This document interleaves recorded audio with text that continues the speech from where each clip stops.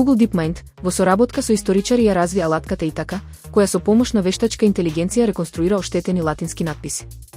Системот, трениран на 200.000 оригинални текстови, може не само да ги пополни изгубените зборови, туку и да го одреди потеклото и времето на настанување на натписот со неверојатна прецизност.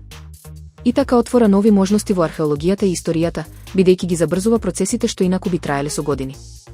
Со оваа технологија, фрагментите од љубовни графити, царски наредби или деловни белешки добиваат нов живот, нудејќи ни поглед кон секојдневието на луѓето од Римското царство. Историчарите истакнуваат дека AI не ја заменува нивната работа, туку ја унапредува. Итака служи како дигитален соработник, кој им помага да ги дешифрираат гласовите од минатото и да ја исплетат историјата пореално и подостапно од кога било досега. Нов извештај на Pew Центар за истражување покажува дека AI прегледувањето на Google значително го намалуваат бројот на кликнувања кон веб страниците, спротивно на тврдењата на компанијата. Само 8% од корисниците кликнале на линк по одговор, додека кај класичните пребарувања процентот е 15%.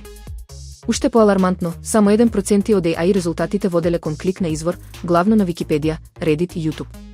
Истражувањето укажува дека луѓето се почесто задоволуваат со првиот AI одговор, без понатамошна проверка, иако тие често содржат неточности. Од Google возвратија дека методологијата на истражувањето е ограничена, но растечкиот удел на AI резултати и падот на кликови отвораат клучни прашања. Дали интернетот станува побрз, но помалку длабок?